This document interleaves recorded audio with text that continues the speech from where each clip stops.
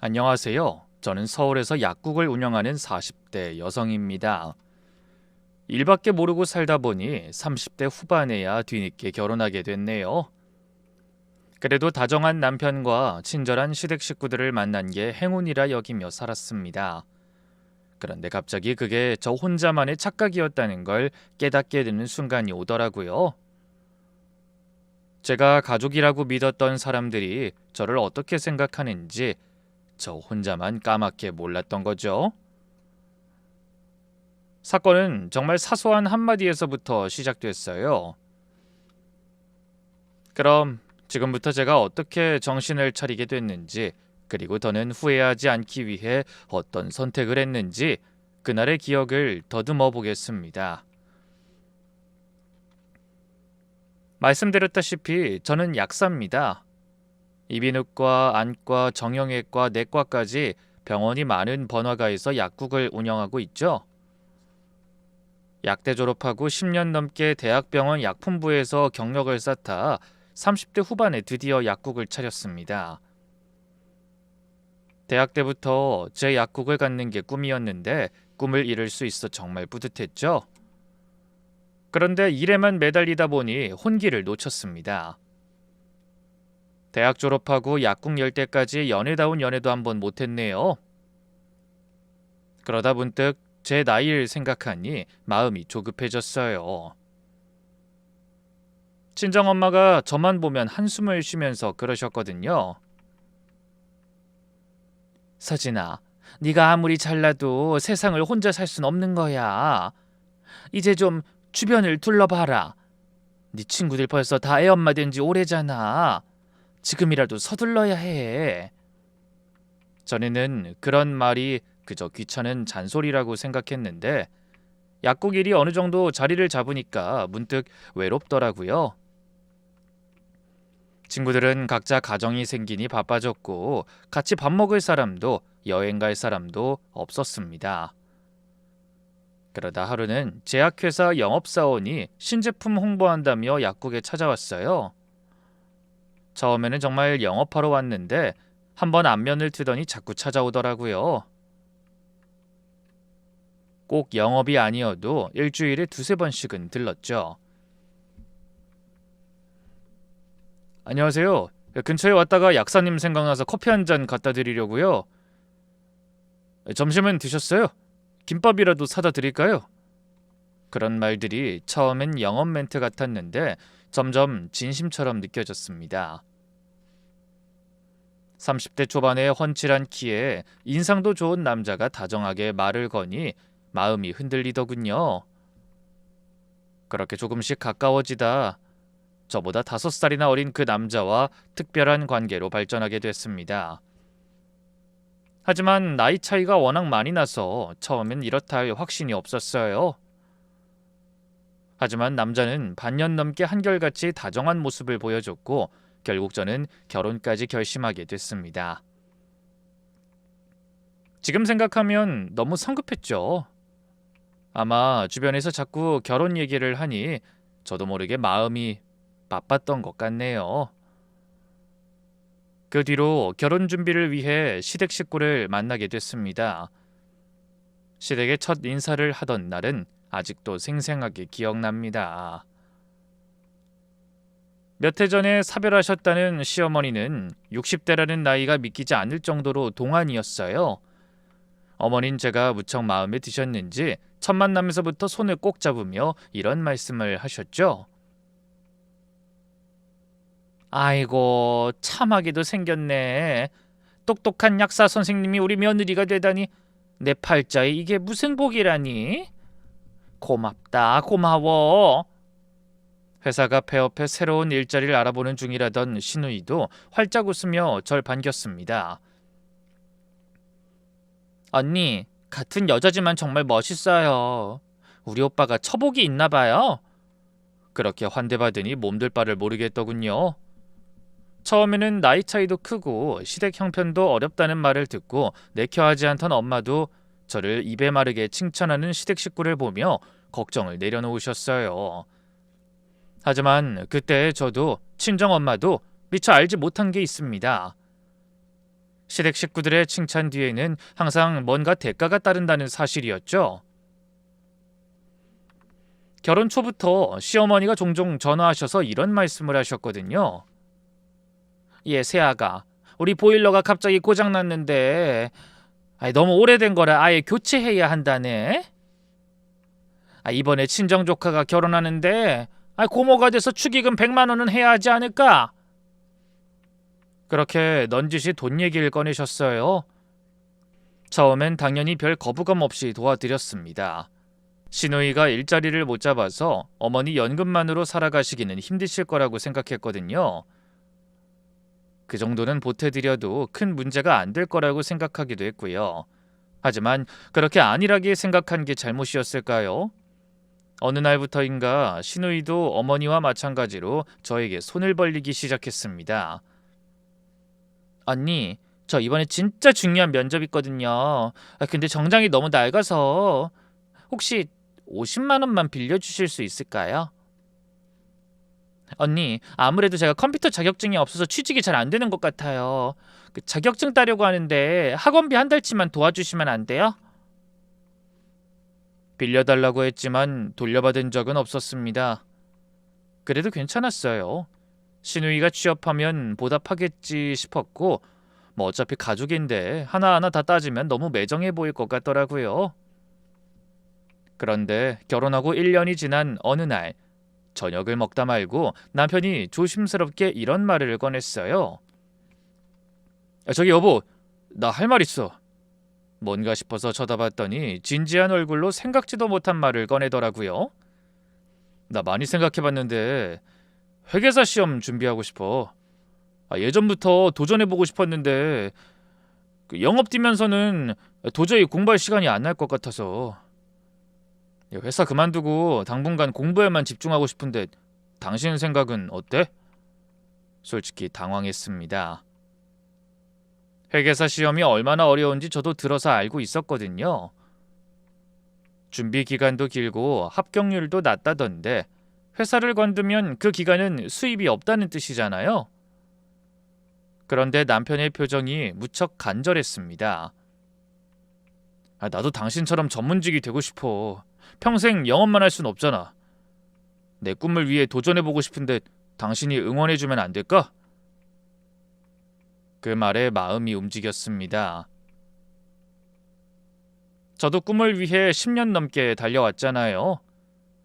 그래서 남편도 자기 꿈이 있다면 배우자인 제가 응원해줘야 할 것 같았습니다.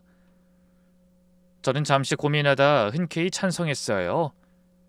그래, 하고 싶은 건 해봐야지. 나중에 나이 먹어서 하고 싶어도 못하면 분명 후회될 거야. 회사 쉬면서 공부에 집중해봐. 돈 걱정은 하지 말고 내가 벌잖아. 그 말에 남편이 예상보다 훨씬 더 기뻐하더니 저를 꼭 끌어안으며 감격스러운 목소리로 말했죠. 고마워. 당신이라면 내 마음 이해해 줄 것 같았어. 내가 꼭 붙어서 당신 고생하는 거 몇 배로 보답할게. 저는 그 말을 철석같이 믿었습니다. 그리고 다음 날 남편은 망설임 없이 회사에 사표를 내고 학원을 등록했어요. 학원과 교재비가 월 180만 원 정도 들더라고요. 밥값과 용돈까지 하면 한 달에 들어가는 돈이 꽤 됐습니다. 그래서 제가 남편 목까지 벌기 위해 더욱 열심히 일했어요. 약국문을 전보다 더 일찍 열고 닫을 때도 인근 약국 중에서 가장 늦게 닫았죠. 다행히 위치가 번화가 중심이라 손님은 늘 많았거든요. 그렇게 종일 일하고 집에 들어오면 녹초가 됐습니다. 남편도 저 못지않게 열심히였어요. 합격에 대한 의지를 불태우며 매일 저녁 늦게 들어왔거든요.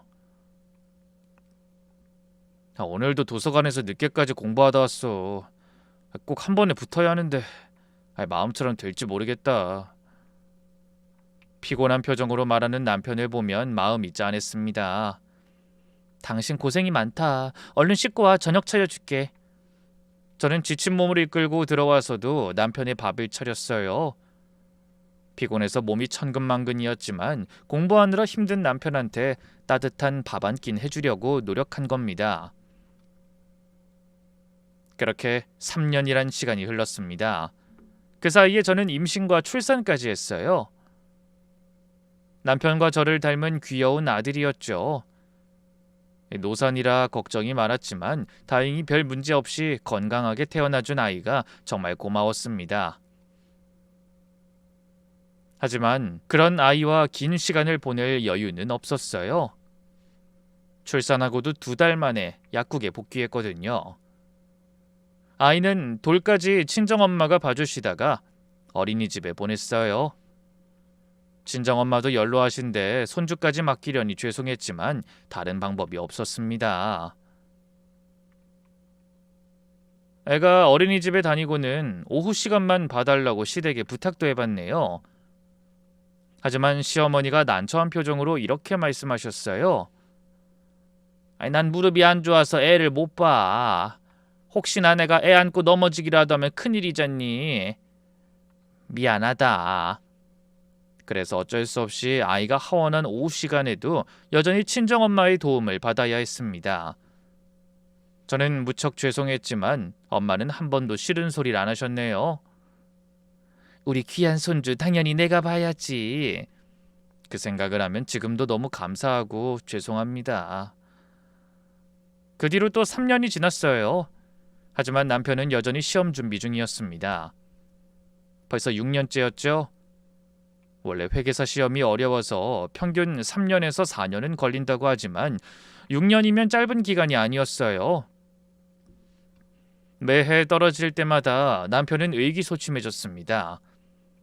나 진짜 한심하지? 당신이 나 때문에 이렇게 고생하는데 미안해. 그럴 때마다 저는 축 늘어진 남편의 어깨를 다독이며 위로했어요. 괜찮아. 다음엔 분명히 좋은 결과가 있을 거야. 지금까지 열심히 해왔잖아. 하지만 솔직히 속은 까맣게 타들어갔습니다. 6년이잖아요. 그동안 학원비만 얼마를 쏟아부었는지 몰라요. 그런데 남편이 열심히 한다는데 제가 뭐라 할 수 있겠어요? 사실 한 번은 조심스럽게 물어본 적도 있습니다. 여보, 혹시 당신 공부하기 너무 힘들면 다른 길도 생각해 볼까? 그랬더니 갑자기 남편이 버럭 화를 내더라고요. 뭐? 지금까지 들인 노력이 얼만데 그걸 다 포기하란 말이야? 당신이 뭘 알아? 이게 얼마나 어려운 시험인데 고작 몇 번 떨어졌다고 포기하라는 거야? 아니, 당신까지 이러면 나도 스트레스 받아. 그 말에 그만 입을 다물었죠. 그래, 학원도 열심히 다니고 도서관에서 종려 공부만 한다는데 내가 너무 속상한 소리를 했네. 이왕 기다린 거 조금만 더 기다려주자. 그렇게 생각했습니다. 헌데 그 와중에도 시댁은 여전히 끊임없이 손을 벌렸어요. 시어머니는 거의 매달 전화해서 돈 얘기를 하셨습니다. 민호 엄마, 집에 냉장고가 고장났어. 워낙 오래된 거라 새로 사야 하는데. 난방비가 올랐는지 이번 달 공과금이 생각보다 너무 많이 나왔다. 네가 좀 도와줘야겠어. 시누이도 마찬가지였습니다. 취업한다고 매번 구두 사달라, 정장 사달라 노래를 불렀지만 취직하고 나면 번번이 몇 달을 못 버텼어요. 언니, 저 이번엔 정말 참아보려고 했거든요. 근데 팀장이 진짜 답이 없더라니까요. 하지만 정작 답이 없는 건 시누이였습니다. 툭 하면 아프다고 무단결근하고 술 먹은 다음날 지각하니 어떤 상사가 곱게 봐주겠어요? 그런 시댁 식구들에게 매달 들어가는 돈과 남편 뒷바라지로 제 수입의 대부분이 들어갔습니다. 그 바람에 정작 저는 옷 한 벌 제대로 못 샀네요. 바빠서 거의 매일 점심도 약국에서 김밥이나 컵라면으로 때웠죠. 손님 상대하다 보면 밥 먹을 틈이 없었거든요. 가끔 제 신세가 서럽게 느껴져 울컥할 때도 있었지만 그래도 괜찮았어요. 그 힘든 시절을 잘 견디고 남편이 회계사만 되면 모든 게 좋아질 거라고 믿었으니까요. 헌데 몇 달 후 제가 결코 잊지 못할 일이 일어났습니다. 그때를 생각하면 아직도 이가 갈리는 기분이 드네요. 그날도 역시 저는 약국에서 정신없이 손님을 받고 있었습니다. 감기약, 해열제, 소화제, 온갖 종류의 약을 찾는 분들이 많아서 점심도 제때 못 먹고 일하던 중이었어요. 그런데 그때 아이가 다니는 어린이집에서 전화가 왔습니다. 민호 어머니, 지금 민호 열이 39도예요. 빨리 데리러 오셔야 될 것 같아요. 심장이 덜컥 내려앉았습니다. 애가 아침에 나갈 때까지만 해도 괜찮았거든요. 밥도 잘 먹고 씩씩하게 인사하고 어린이집에 갔어요. 그런데 갑자기 39도라니. 당장 달려가고 싶었습니다. 그런데 약국 안을 둘러보니 손님이 가득 차 있었고 하필 그날 친정엄마도 지방에 계신 친척 상갓집에 다녀오신다고 하셨죠. 그래서 남편한테 몇 번이나 연락했지만 전화를 안 받더라고요. 고민하다 급한 마음에 시어머니에게 전화했어요. 어머니, 저예요. 민호가 어린이집에서 고열이 나나 봐요. 지금 제가 약국을 비울 수가 없어서요. 오늘 낮에는 친정엄마도 안 계시거든요. 어머니가 애 좀 데리러 가주실 수 있으세요? 헌데 전화기 너머로 시어머니의 한숨 섞인 목소리가 들렸습니다. 아이고 얘야, 나 지금 병원이야. 무릎이 아파서 주사 맞으러 왔다. 미안한데 지금은 갈 수가 없구나. 시어머니는 공교롭게도 하필 그날 병원에 계신다고 했어요. 그래서 어쩔 수 없이 시누이에게도 전화했습니다. 아가씨, 저예요. 민호가 열이 나는데 제가 지금 약국을 못 비워요. 아가씨가 민호 좀 데리러 가주실 수 있어요? 아이, 어쩌죠 언니. 저 오늘 면접이에요. 진짜 중요한 면접이라서요. 죄송해요. 저도 못 가요. 그러고는 다급하게 끊어버리더군요. 남편은 아무리 연락해봐도 여전히 전화를 받지 않았어요. 문자도 보내봤죠. 여보, 민호가 열이 나. 어린이집에서 빨리 데리러 오래. 나 지금 약국 못 비우니 전화 좀 받아. 하지만 묵묵부답이었습니다. 저는 발만 동동 구르다 아들 생각에 눈물까지 핑 돌았어요. 아이가 고열에 시달리고 있을 텐데 아무도 데리러 갈 수가 없다니. 결국 저는 손님들에게 고개를 숙였습니다. 죄송합니다. 아이가 아파서 잠시 문을 닫아야 할 것 같습니다. 정말 죄송합니다. 몇몇 손님은 인상을 찌푸렸고 어떤 분은 화도 내셨어요. 하지만 그 순간 저에게는 아이가 가장 중요했습니다. 그래서 연신 사과하며 사람들을 내보내고 서둘러 문을 닫았어요. 그리고 초조한 마음으로 어린이집으로 향했습니다.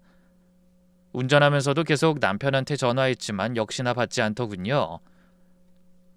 잠시 후 어린이집에 도착하니 민호가 얼굴이 빨갛게 달아올라서 선생님 무릎에 축 늘어져 있었어요.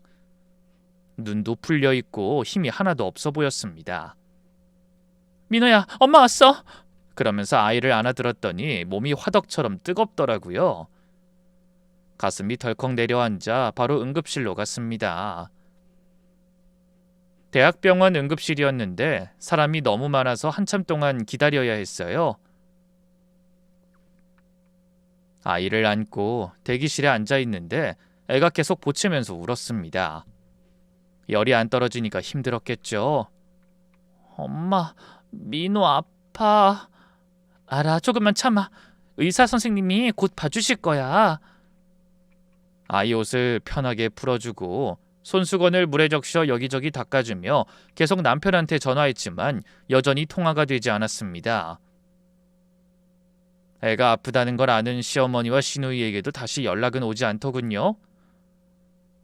결국 그렇게 다급한 날 저는 혼자였습니다.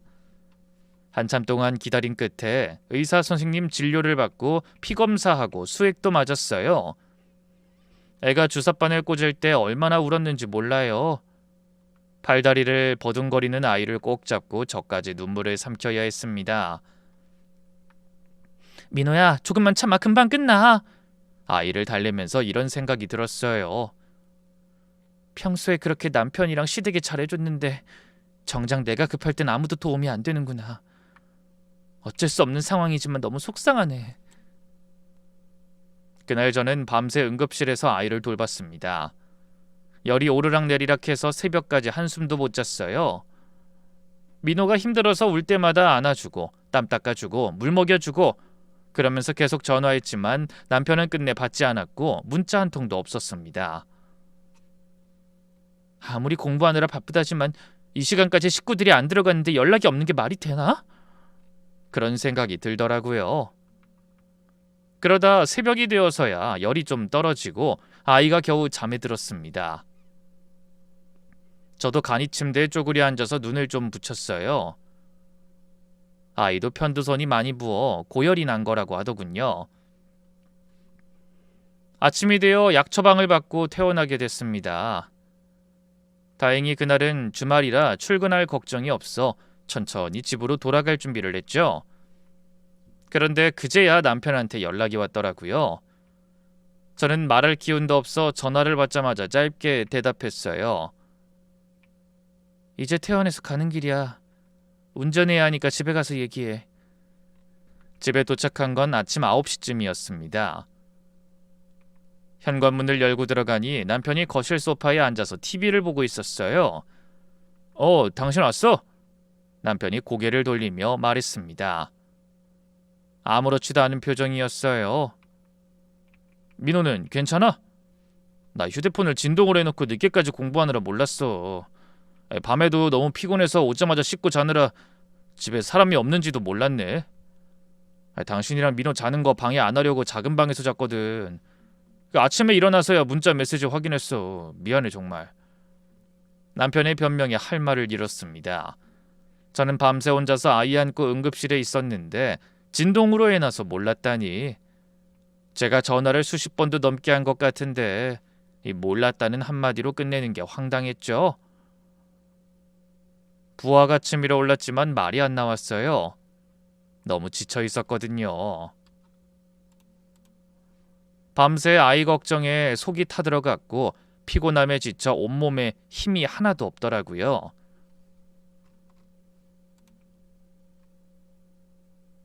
알았어. 그 말 한마디라고 방으로 들어갔습니다. 아이를 침대에 눕히고 저도 옆에 쓰러지듯 누우니 갑자기 눈물이 흘렀어요. 왜 나만 이러고 살지? 그 생각이 머릿속에서 떠나질 않았습니다.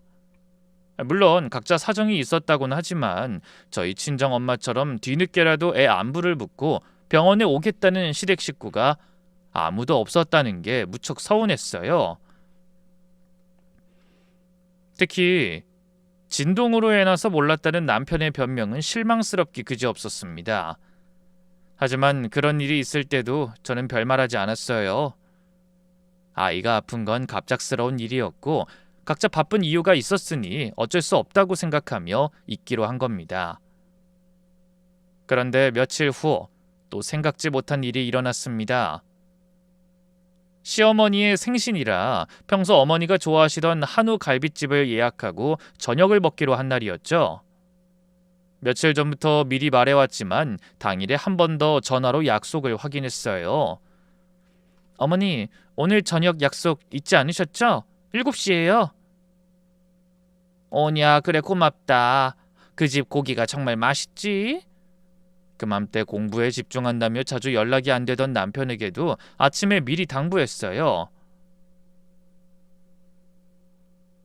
여보, 오늘 어머니 생신인 거 알지?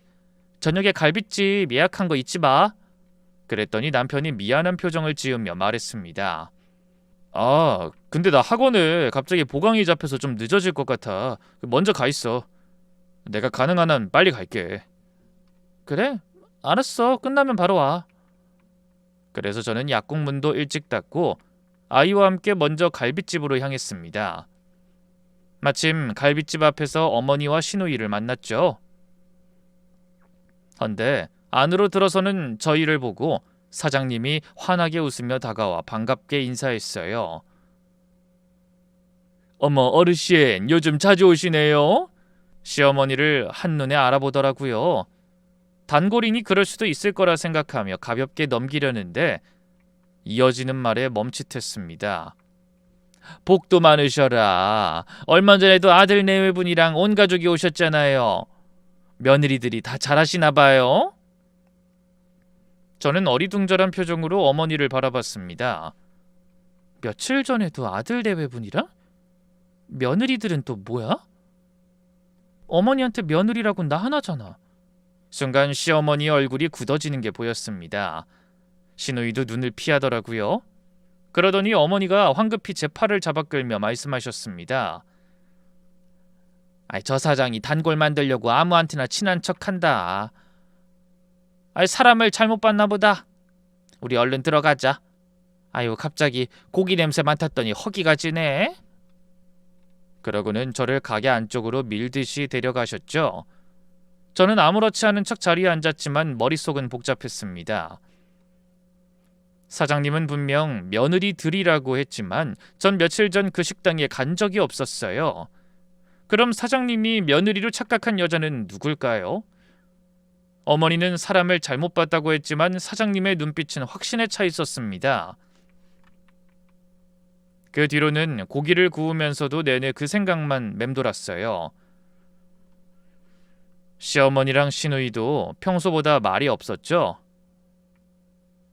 저는 조용히 고기를 잘라 아이 입에 넣어주기만 하고요.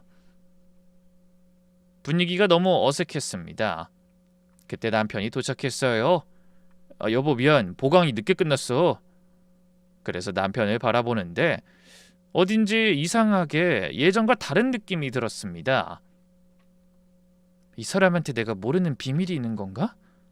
당연히 물어보고 싶었지만 시어머니 생신날 온 가족이 모인 자리에서 그런 얘기를 꺼낼 수가 없어 간신히 참았죠. 하지만 그날 밤 집에 돌아와서도 잠이 오지 않았습니다. 사장님의 말이 계속 귓가에 맴돌았죠. 한참을 생각하던 저는 혼자 입술을 깨물며 고개를 저었어요. 아닐 수도 있어. 진짜 사장님이 착각할 수도 있잖아. 워낙 손님이 많은 식당이니. 그런데 그때 시어머니의 표정이 떠올랐어요. 그 당황한 얼굴, 황급히 저를 끌고 들어가던 모습, 제 눈을 피하던 시누이, 모든 게 찜찜했습니다. 저는 그 생각 때문에 며칠을 뜬 눈으로 보내야 했어요. 아무리 생각해도 이상했거든요. 그래서 결국 이렇게 결심했습니다. 그래, 직접 확인해보자. 다음날 저는 점심시간에 몰래 갈빗집을 다시 찾았습니다. 약국에는 잠시 자리를 비운다는 팻말을 걸어뒀어요. 갈빗집까지는 차로 10분 정도 걸렸는데 가는 동안 심장이 두근거렸어요.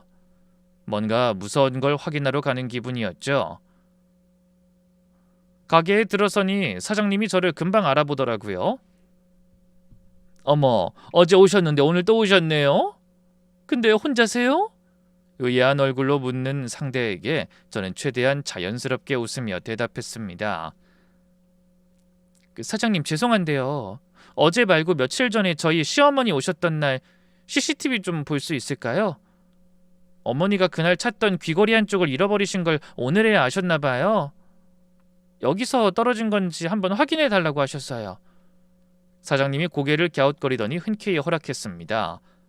아 그래요? 이쪽으로 오시겠어요? 그러더니 저를 카운터 뒤쪽에 있는 모니터로 안내하고 몇 분 후 CCTV 녹화 영상을 돌리기 시작했어요. 저는 가장 먼저 화면에 표시된 날짜를 확인했습니다. 근데 그 순간 너무 놀라 입을 떡 벌렸어요. 분명히 그날이 민호가 아파 응급실에 가던 날이기 때문이죠. 화면 속에는 시어머니와 시누이 그리고 남편도 있었습니다. 그날 병원에 있다고 했던 시어머니도 면접이라고 했던 시누이도 도서관에서 공부하느라 바빴다던 남편도 모두 나란히 갈빗집에 앉아 밥을 먹고 있었어요. 그런데 놀랄 일은 거기서 끝이 아니었죠. 남편 옆에 또래로 보이는 낯선 여자가 찰싹 붙어 앉아 있더라고요. 화면 속에서 남편이 집게로 고기를 집어 여자 접시에 올려주는 모습도 보였어요. 시어머니도 여자에게 다정하게 반찬을 권하고 시누이도 여자와 뭔가 얘기하면서 웃고 있더라고요. 네 사람은 누가 봐도 단란한 가족으로 보였습니다. 당연히 갈빗집 사장님이 착각하고도 남을 일이었네요. 저는 그 자리에 얼어붙어 버렸습니다. 그날은 민호가 39도가 넘는 고열로 어린이집에서 정신을 못 차리던 날이었어요. 아무도 저를 도와주지 않아 급하게 약국에 온 손님까지 내보내고 응급실로 달려간 바로 그 순간이었죠. 제가 혼자 어쩔 줄 모르며 우는 아이를 안고 눈물을 삼킬 때 가족이라고 믿었던 그 사람들은 애가 아픈 건 아랑곳 없이 웃으며 고기를 먹고 있었던 겁니다. 그것도 정체불명의 여자와 함께요. 다리에 힘이 풀리고 손이 덜덜 떨렸어요. 그런 제 모습을 본 사장님이 걱정스러운 얼굴로 묻더군요. 어머나, 손님 괜찮으세요? 안색이 안 좋아요. 아, 네, 괜찮아요. 감사합니다. 간신히 그 말만 하고 가게를 나왔습니다.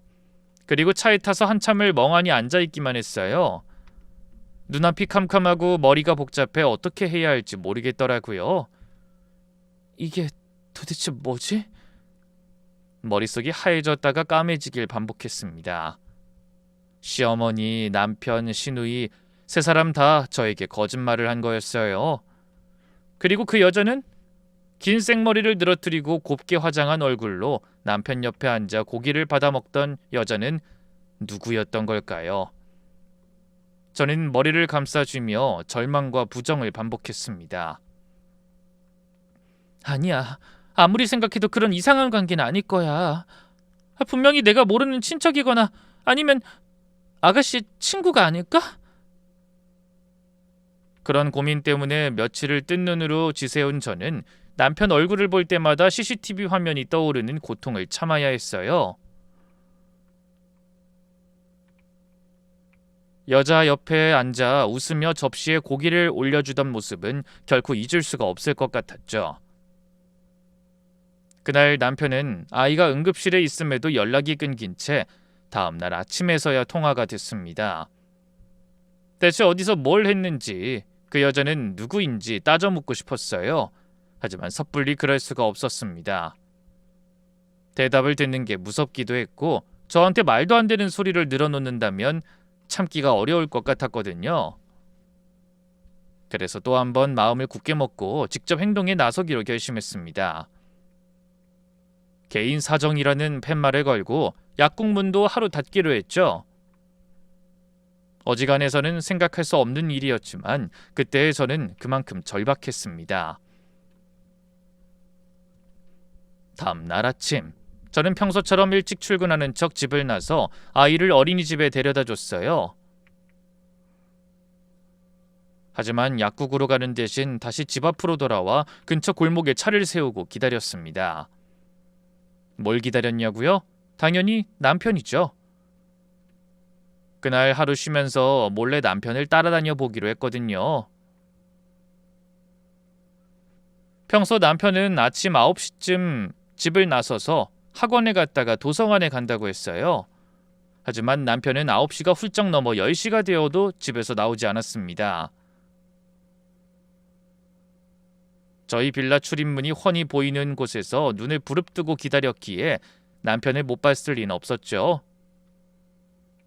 이상한 마음에 더 기다려봐도 여전히 꿈쩍도 하지 않던 남편은 해가 중천에 떠도 집에서 나오지 않았어요. 저는 차 안에서 멍하니 집을 바라봤습니다. 너무 황당했어요. 아니, 9시에 학원 간다는 사람이 지금까지 뭘 하고 있는 거지? 결국 12시가 다 되어서야 남편이 하품을 늘어지게 하며 집에서 나왔습니다. 그러더니 방금 일어난 사람처럼 띵띵 부은 얼굴을 하고 운동복 차림으로 자기 차에 올라타더군요. 저는 거리를 두고 그 뒤를 따라갔습니다. 그런데 몇 분 후 남편이 도착한 곳은 학원도 도서관도 아닌 바로 시댁이었습니다. 저는 남편의 눈에 띄지 않게 아파트 주차장 가장 구석진 곳에 차를 세웠어요. 그리고 단숨에 계단을 뛰어올라 시댁 현관이 보이는 2층 비상구에 몸을 숨기고 남편의 모습을 지켜봤죠. 비밀번호를 누르고 현관문을 열자 시어머니가 아들을 반갑게 맞아주는 모습이 보이더군요. 저는 입술을 깨물며 차로 돌아와 남편이 나오길 기다렸어요. 그러자 1시간쯤 지났을까요? 남편이 시댁에서 나와 배를 두드리면서 만족스러운 표정으로 차로 돌아왔죠. 하품하면서 기지개 켜는 게 점심을 먹고 나온 게 분명했어요. 게다가 열심히 공부하다던 남편의 손에는 책 대신 골프채 가방이 들려 있었습니다. 갑자기 불길한 예감이 스쳤고 그 예감은 적중했죠. 다음으로 남편이 향한 곳이 골프 연습장이었거든요. 눈으로 보면서도 믿기지 않더라고요.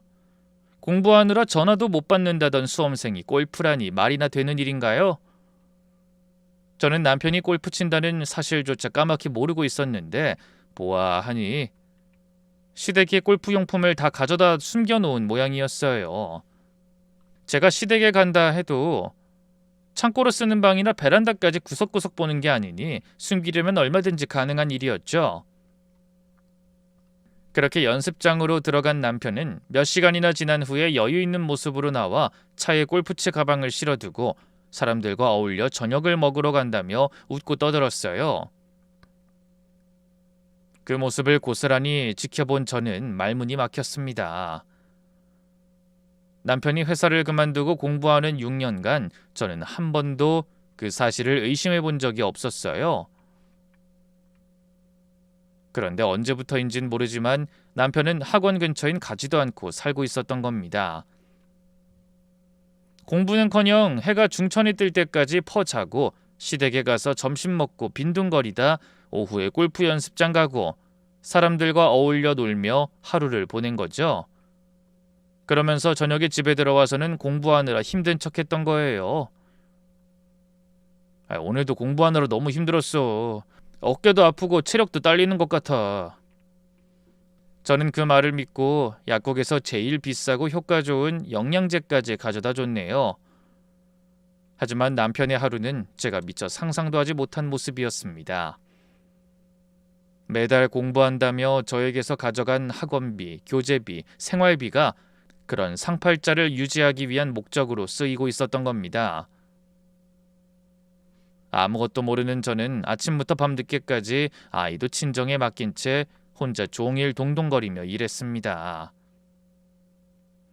제대로 점심도 못 먹고 사고 싶은 것도 참아가며 남편을 뒷바라지하고 시댁에 물주노릇을 했죠. 그러는 동안 남편은 낮잠 자고 골프 치고 세상 편한 한량으로 살고 있었어요. 시댁 식구들도 당연히 그 사실을 알고 있었습니다. 아들이 매일 와서 밥 먹고 놀다 가는데 모를 리가 없잖아요. 저한테 받는 학원비와 생활비로 아들이 편하게 놀고 먹게 하려고 가족 모두가 입을 맞춰 비밀로 한 거예요. 모든 비밀을 알고 나자 온몸에 힘이 빠지며 손이 덜덜 떨렸습니다. 분노인지 허탈함인지 모를 감정이 쓰나미처럼 몰려왔죠. 그동안 난 뭘 한 거지? 너무 어이없어 헛웃음이 터졌어요.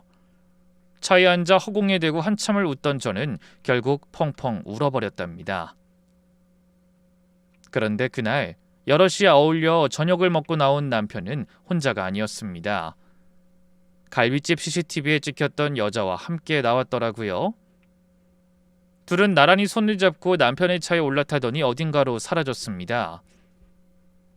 차까지 걸어가는 그 짧은 시간에도 둘이 좋아 죽더라고요. 남편이 여자 어깨에 팔을 두르며 뭐라고 속삭이자 여자가 까르르 웃었습니다. 연인 사이가 분명했고 그 둘이 어디로 가는지 굳이 확인하지 않아도 알 것 같았죠. 하지만 그날은 더 이상 남편을 따라갈 수 없었어요.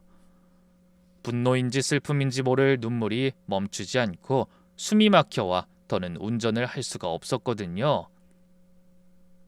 그래서 한참을 울다 친정에서 아이를 데리고 집에 돌아가 기다렸어요.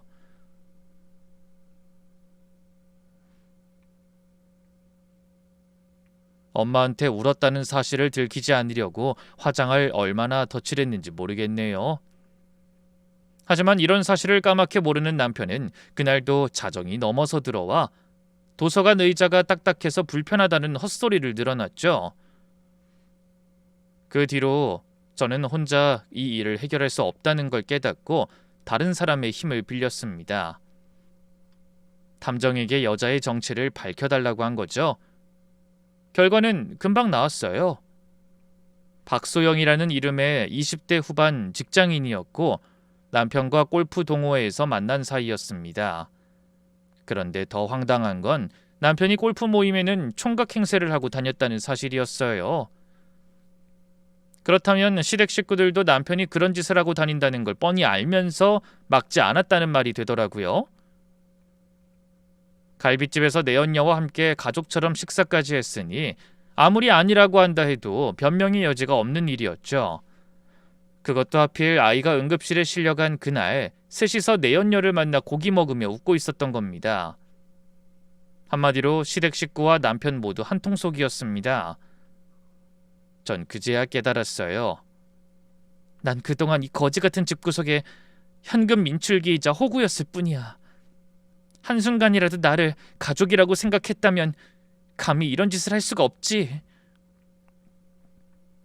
그간 남편 뒷바라지로 뜯기고 틈틈이 시댁 생활비 대주고 시누이 취업준비 지원해준 게 다 얼마나 될지 감이 잡히지도 않았어요. 더구나 3년 전에는 시댁이 살던 반지하 빌라가 장마에 물난리를 겪는 바람에 제 돈으로 아파트를 사서 이사까지 시켜줬습니다. 정작 저희는 여전히 신혼집으로 얻은 빌라 전세에 살면서 말이죠. 그렇게나 잘해줬는데 시어머니는 아들이 놀고 먹는 걸 알면서 눈 감아줬고 시누이는 오빠 바람 피우는 걸 알면서도 입 다물고 있었어요. 저만 아무것도 모르고 바보같이 남편이 열심히 공부한다고 믿고 조금만 더 기다리자며 뼈 빠지게 일해온 거예요. 그날 밤 집에 돌아오자 남편이라는 작자가 TV를 보면서 이런 말을 내뱉더군요. 당신 왔어? 오늘도 공부하느라 너무 힘들었다. 저녁은 뭐야? 우리 고기 좀 먹으면 안 돼? 민호도 아직 한창 클 나이라 단백질 필요하고. 나도 체력이 딸리는 것 같아.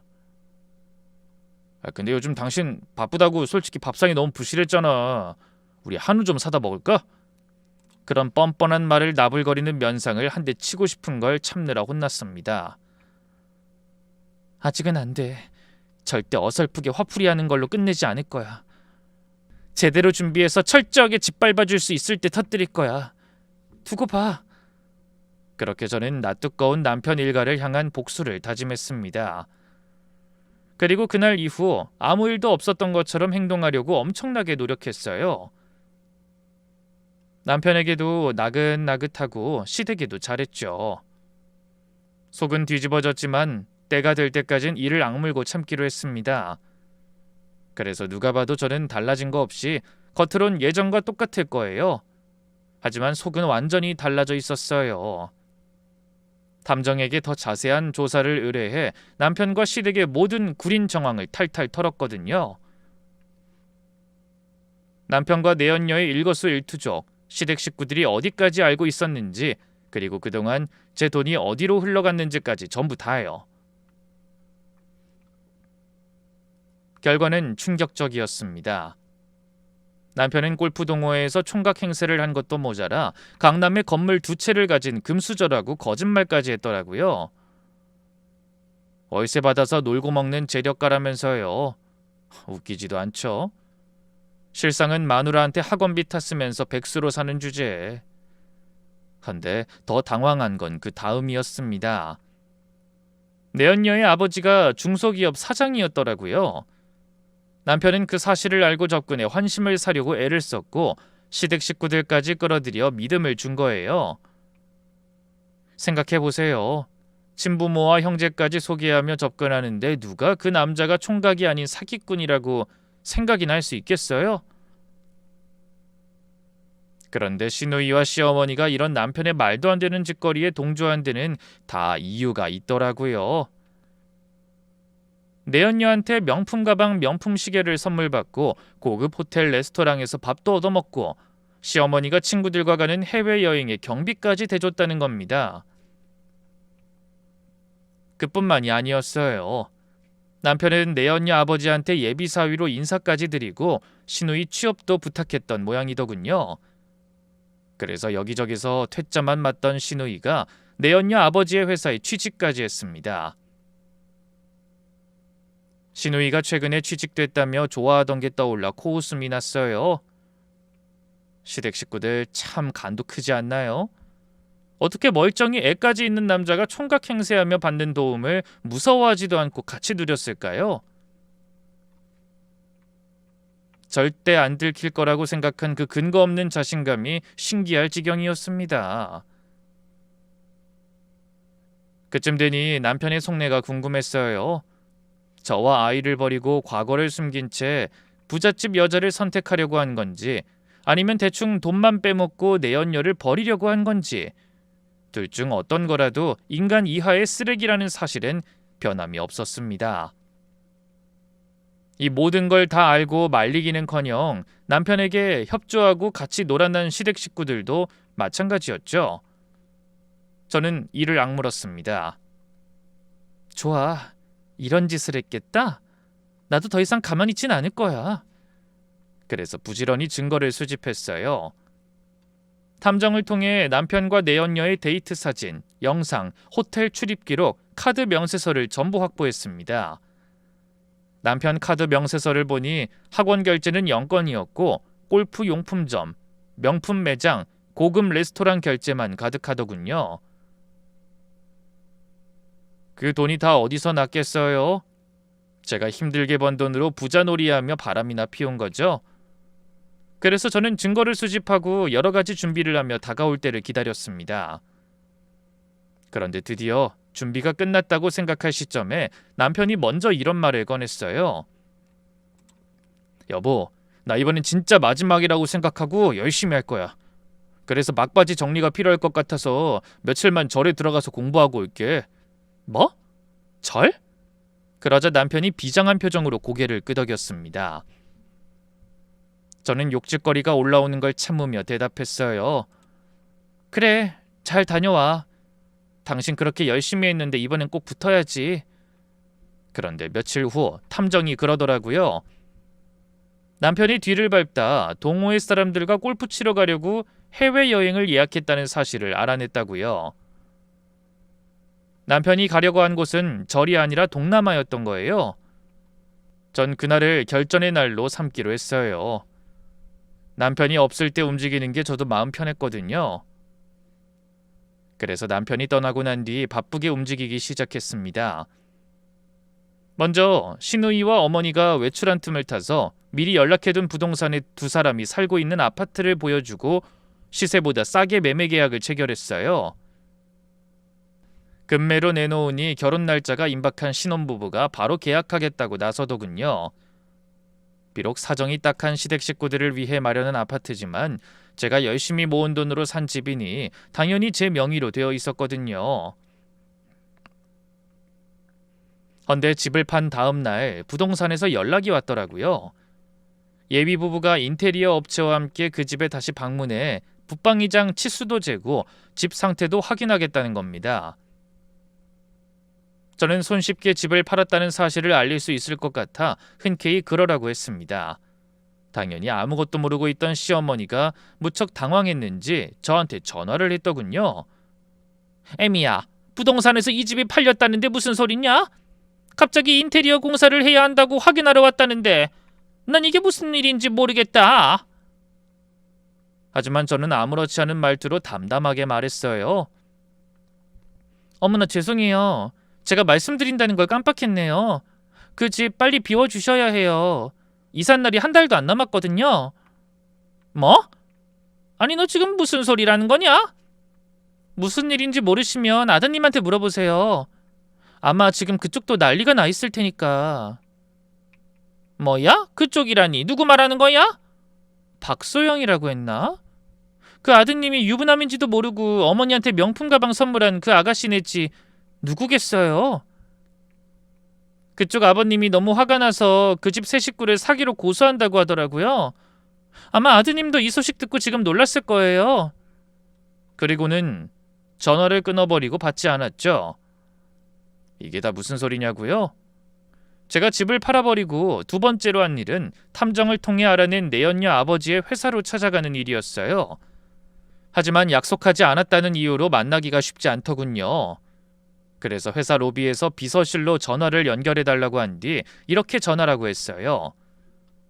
한준성 안사람이라고 하면 아마 올라오라고 하실 거예요. 예상대로였습니다. 제가 자기 예비 사위의 아내라고 하자 내연녀의 아버지는 입을 떡 벌린 채 아무 말도 하지 못했어요. 그 모습을 보며 저는 망설임 없이 말을 이어갔습니다. 한준성 그 인간은 애까지 있는 유부남이에요. 그것도 회계사 공부한 다음에 6년째 저한테 빌붙어서 백수 생활하고 있습니다. 강남 건물이라니 가당치도 않아요. 땡전 한 푼 없어서 양말 한 짝도 자기 돈으로 못 사는 인간이 바로 그 인간입니다. 그리고 당연히 시댁 식구들도 전부 이 사기 행각에 공모했고요. 얼마 전에 한준이 취업 도와주셨죠? 여자의 아버지는 제가 내민 가족관계 서류를 확인하고 주먹을 불끈쥐며 분노했습니다. 감히 귀하디 귀한 자기 막내딸이 한순간에 불륜녀가 되어버렸으니까요. 하지만 저는 거기서 그치지 않고 불난집에 기름을 부었습니다. 지금 두 사람 해외 골프 여행 갔을 거예요. 솔직히 저는 따님을 상간녀로 고소할 생각이었지만 알고 보니 따님도 피해자인 것 같더군요. 하지만 세상은 그렇게 보지 않을 거예요. 진실이 뭐든 겉으로 드러난 사실만 중요하게 생각하죠. 대표님은 아무래도 일반인보다 이런 일에 타격이 더 크실 것 같은데 괜한 소문나기 전에 먼저 선수를 치시는 게 나을 것 같네요. 그런 제 말에 상대가 눈을 크게 뜨더니 이내 무슨 말인지 알겠다는 듯 고개를 끄덕였습니다. 그리고 자기 변호사에게 전화를 걸어 뭔가를 상의하더군요. 그 대화를 들으며 저는 만족스러운 얼굴로 사장실을 나왔습니다. 그게 바로 그날 오전에 있었던 일이에요. 역시 이번에도 제 예상대로 남편이 미친 듯이 전화를 걸어오더군요. 하지만 받지 않았죠. 문자 메시지에도 답하지 않았어요. 언젠가 제가 아들을 안고 응급실에서 안절부절 못하던 그날처럼 남편과 시댁 식구들도 아마 그러고 있을 거라는 생각이 들어 고소했죠. 결국 다급해진 시댁 식구들이 먼저 달려와 문을 두드렸지만 저는 답하지 않았습니다. 그랬더니 현관문을 발로 차고 난리를 치더군요. 그래서 결국 경찰에 연락해 두 사람을 끌고 가게 했네요. 다음은 남편 차례였죠.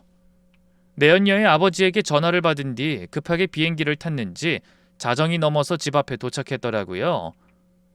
하지만 제가 비밀번호를 바꿔버려서 들어올 수가 없었죠.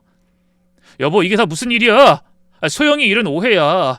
내 말도 안 들어보고 그 회사에는 왜 간 거야? 그리고 엄마 사시는 집을 팔면 어떡해? 말도 없이 갑자기 이런 경우가 어딨어? 하지만 저는 여전히 문을 열지 않고 콧방귀를 끼며 대답했어요. 당신 왔구나. 절에서 공부는 잘 됐어? 아, 태국 골프장에 간 거라고 했던가? 여보, 제발 내 말을 좀 들어봐. 그게 어떻게 된 거냐면... 됐어. 거짓말쟁이 말은 들어서 뭐하게? 내 능력으로 다 알아봤으니까 당신 얘긴 들을 필요 없고. 거기 문 앞에 가방 보이지? 당신 옷이랑 소지품 챙겼으니까 그거 들고 당장 꺼져. 그리고 가방 위에 놓인 서류 봉투 열어서 도장 찍고 접수해. 내 도장은 이미 다 찍었으니까. 그 얘기에 문 밖에서 잠시 부스럭거리는 소리가 들리더니 이내 남편의 비명 같은 고함이 들렸습니다. 여보, 이혼이라니 이게 무슨 소리야? 난 당신이랑 헤어진다는 생각 한 번도 안 해봤어. 소영이 일을 오해한 것 같은데 난 분명히 가정이 있다고 말했는데 걔가 그래도 좋다고 막무가내로 들러붙은 거라니까. 선물도 자기 마음대로 우리 엄마랑 준이한테 사서 안긴 거야. 진짜야. 됐고, 그건 나중에 법정에서 밝혀. 박소영 아버지가 당신이랑 식구들 사기죄로 고소한다는 거 들었잖아. 그 여자한테도 뭘 그렇게 많이 받아 챙겼니?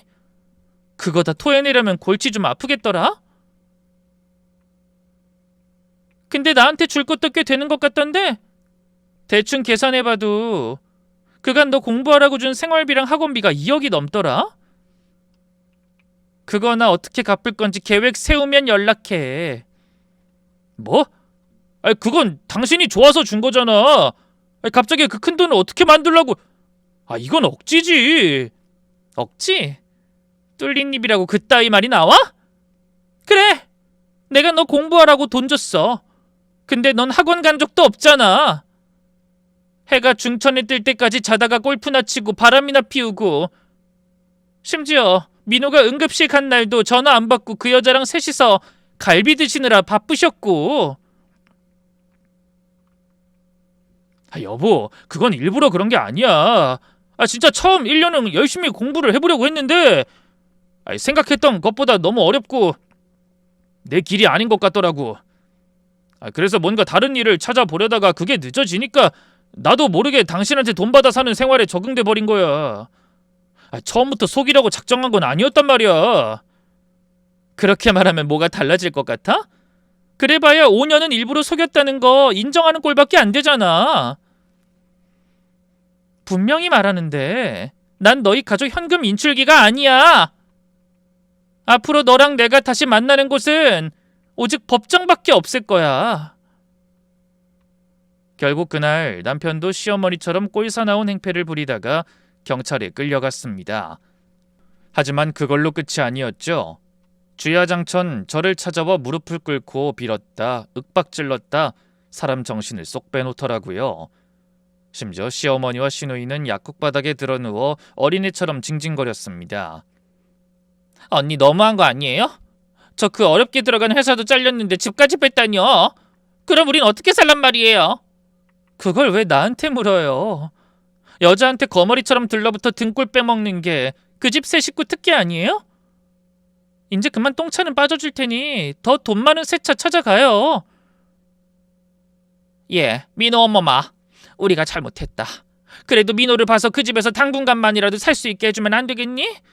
안 돼요. 보셨잖아요. 벌써 계약해서 어쩔 수 없어요. 파기하면 계약금의 2배 물어줘야 하는데 그 돈 어머니가 마련할 수 있으세요? 하지만 아무리 말해도 소용이 없어 결국 그날도 전 경찰을 불렀고 이혼 소송과 함께 그 세 사람에 대한 강제 퇴거 명령과 접근 금지 명령까지 신청하게 됐습니다. 그 뒤로 3개월 후 드디어 이혼이 마무리됐죠. 재판 결과는 이랬어요. 남편이 결혼 생활 내내 경제적인 기여도가 전무하고 외도까지 한 유책 배우자라는 점이 인정되어 재산 분할은 전혀 받지 못했고 오히려 저에게 위자료 5천만 원을 지급하라는 판결이 나왔죠. 그리고 아이에 대한 양육권 또한 당연히 제가 가지게 됐고 그에 따라 남편은 양육비에 대한 책임도 지게 됐습니다. 물론 제가 그간 남편과 시댁에 준 돈이 훨씬 많긴 하지만 그건 제가 사람 볼 줄 모르고 멍청하게 살아온 세월에 대한 쓰디쓴 대가라고 생각하고 있기로 했습니다. 인생 경험 한번 대차게 했다고 생각하기로 한 겁니다. 하지만 남편은 저와의 소송 외에도 내연녀 아버지에게 고소당한 일도 해결하지 못해 쩔쩔매고 있었죠. 내연녀 아버지 입장에서 생각해보세요. 예비사위라고 인사한 놈이 알고 보니 처자식 있는 유부남이고 아내 돈으로 생활하는 백수였던 거예요. 게다가 자기 회사에 그런 인간 여동생까지 취업시켜줬으니 얼마나 분통이 터졌겠어요? 그래서 담당 변호사를 통해 민사소송까지 제기해 자기 딸이 그동안 남편에게 쓴 돈과 정신적 피해까지 전부 배상하라고 압박했습니다. 그래서 결국 세 사람은 시아버지가 남긴 유일한 재산인 시골 땅을 팔아 저와 내연녀에게 위자료를 지급하고 낡은 반지하 빌라로 돌아갔다고 합니다. 전 남편은 여기저기 이력서를 넣어보는 것 같은데 6년 공백에 경력도 변변치 않아 제대로 된 직장을 구하지 못하는 것 같더군요. 이력서를 넣어도 면접 기회조차 오지 않아 편의점 야간 알바로 생활한다며 문자 메시지를 보내왔더라고요. 그러면서 여유가 생기면 꼭 양육비를 지급할 테니 조금만 기다려달라고 매달렸죠. 혹시나 제가 양육비에 대한 문제까지 걸고 넘어질까봐 잔뜩 긴장한 것 같았어요. 그런 일이 있고 벌써 2년이라는 시간이 흘렀습니다. 비록 쓰디쓴 인생 경험을 통해 상처도 많이 받았지만 그 덕에 제가 가진 것에 대해 감사하고 저 자신을 귀하게 여겨야 한다는 것도 배웠어요. 그리고 저에게는 세상 무엇보다 소중한 아이와 어렵게 일군 일터가 있어 오늘도 최선을 다해 일상을 지키며 살아갈 수 있음에 감사합니다. 그럼 부끄러운 제 사연이 혹시나 비슷한 처지에 계신 어떤 분에게는 용기와 희망을 드릴 수 있는 이야기였길 바라며 저는 이만 물러가겠습니다. 귀한 시간 내어 함께 해주신 여러분 정말 감사합니다.